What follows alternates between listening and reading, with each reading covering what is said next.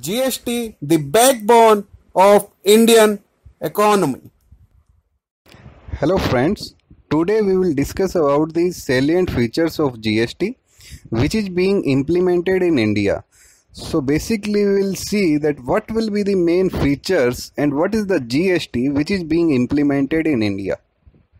One of the main features of GST is that GST will be a consumption-based tax instead of present indirect taxes, which are origin-based taxes.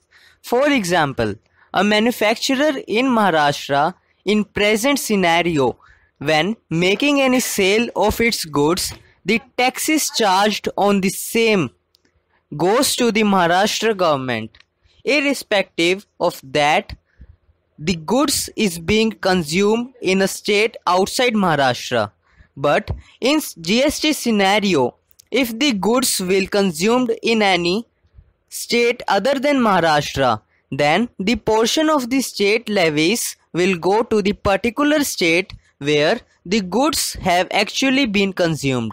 So, in GST scenario, the revenue of manufacturing states will be get reduced and the revenues of states which are having higher consumption of goods and services will be enhanced. The next feature of GST is that the GST will be a dual GST, means thereby that on every intrastate transaction of goods or services, there will be two types of taxes will be charged concurrently. One of that will be the state GST. Revenue of the state GST will go to the particular state, and the another will be the central GST, and the revenue of the central GST will go to the central government. So in GST scenario, two types of taxes will be charged on any intrastate supply. That's why it will be a dual GST which is being implemented in India. This is due to the federal structure of our country. The next feature of GST is that this will be applicable on all kind of taxable supply of goods or services or both. So in GST scenario, there will be chargeability of GST on any kind of supply of goods and services except the supply of goods and services which are specifically exempted under the Goods and Service Tax Act, or the goods or services which are outside the purview of GST. However, in present scenario, the taxes is being charged on sale of goods or removal of goods or on provision of services. So in GST, the concept of sale of goods, removal of goods and provision of services will get replaced by the supply of goods and services over both. So in GST scenario, the supply will be a main feature. If any activity or transaction will amount to supply as per GST, only then GST can be charged. The next feature of GST is that all the goods and services are likely to be covered under the GST Act, except some of the specific provided goods or services or some of the goods which are outside the purview of GST. So first of thing which is outside the GST is alcoholic liquor for human consumption.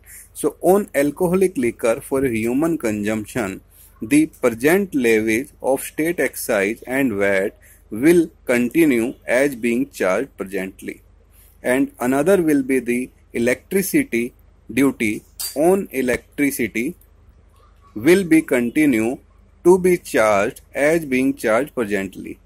And on any kind of sale or purchase of immovable property, the stamp duty is being charged by all the state that will be continue. On that also GST is not being charged at present, and the petroleum products also are not being covered under GST from present date. It will be get covered under GST at a later date. The next main feature of GST is that under GST the export will be zero rated.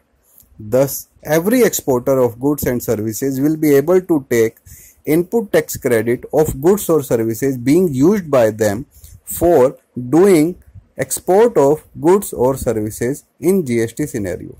Thus, the cost for exporter of goods and services are likely to be reduced to the extent with additional credit of duty paid on their inputs will be available to the exporters. And in GST, there is provision that the exporter will be able to take refund of input duty being paid by him on goods or services. The another feature of GST is that under GST there will be a optional compounding scheme available to all kind of dealers except some specific dealer who will not be able to obtain such compounding scheme. The threshold limit for this compounding scheme is 75 lakh rupees of turnover in a year. So if a dealer is having his turnover up to 75 lakh under his pen in a year, then he may go for the compounding scheme under GST.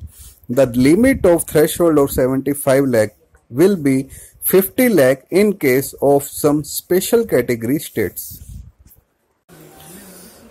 The another main feature of GST is that the nature of supply will be decided on the basis of place of supply. So the place of supply provision will play a very important and vital role in GST. In GST, the HSN codes are likely to be used for classification of goods, and the present system of classification of services are likely to be used for classification of services under GST.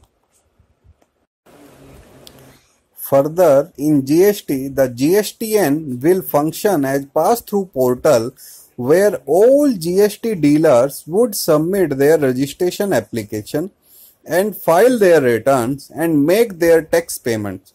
So, the GSTN will be the portal which will be the main portal to interact with the assessee in GST scenario.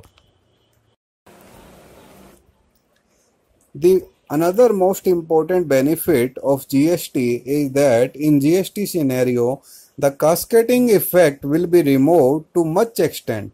However, it will not entirely eliminated due to certain specified products have been kept out of the purview of GST.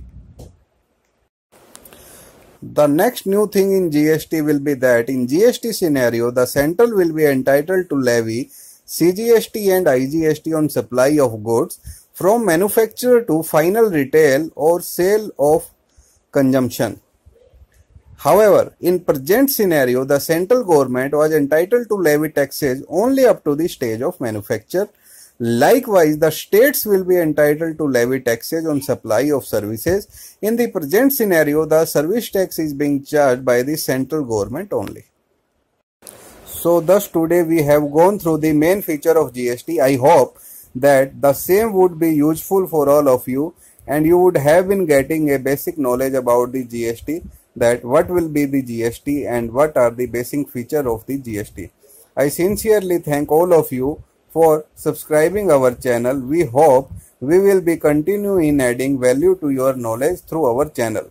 Thanking you and expect to see you soon. Thanks.